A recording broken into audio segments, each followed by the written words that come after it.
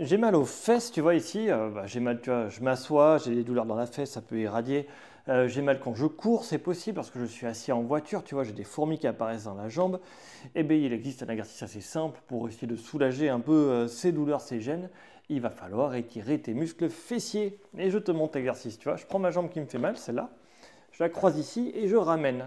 C'est assez simple, hein. C'est pas très compliqué. Après, il faut amener le pied vers toi. Donc tu peux te tenir droit pour tirer plus fort. Si tu es raide comme moi, tu vois, tu te mets contre un mur tranquillement. Et là, tu amènes la jambe vers toi et tu sens un étirement, et tu le maintiens.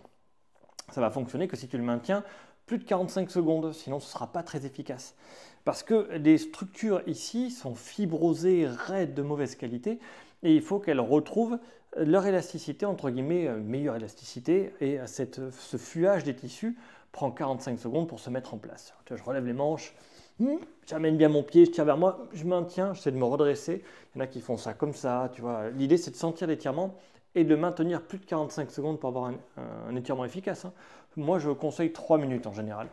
Donc, l'astuce, tu vois, c'est pas être là. Là, ça ne marchera pas. Il faut bien amener le pied vers soi, le poser au sol, et c'est là que l'étirement commence. Donc, tu peux le faire au canapé, c'est pareil, hein. Si vraiment tu es très très raide, tu le fais au canapé, tu tires vers toi. Il faut sentir ce truc-là qui passe et qui cède progressivement.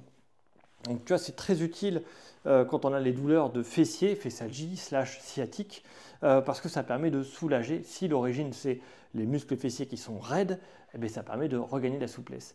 Dis-toi que cette souplesse est nécessaire, obligatoire pour se tenir debout sans avoir ni de gêne ni de douleur, mais aussi pour la course à pied et pour être assis, c'est nécessaire aussi. Tu vois, en voiture, tu vas t'asseoir là, et quand tu es en voiture, à un moment, les fesses, ça va pas. Change de position, il faut tout le temps changer. On ne peut pas garder la même position. Et dès que tu as des fourmis, c'est parce que le nerf sciatique ici est écrabouillé et ton corps il te dit non mais change de position, j'en peux plus. Il manque d'oxygène.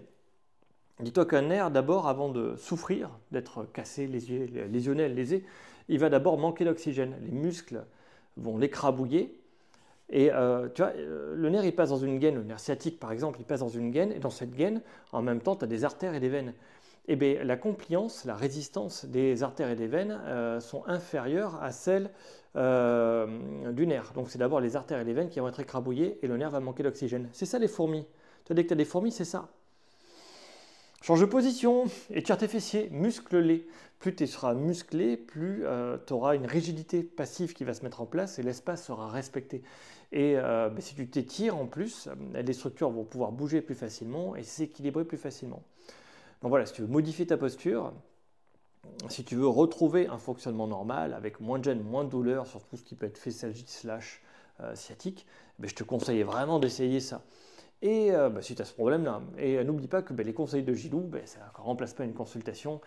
Si tu as vraiment un gros problème, va voir un professionnel de santé, il va t'expliquer tout ça en détail et te montrer comment il faut faire.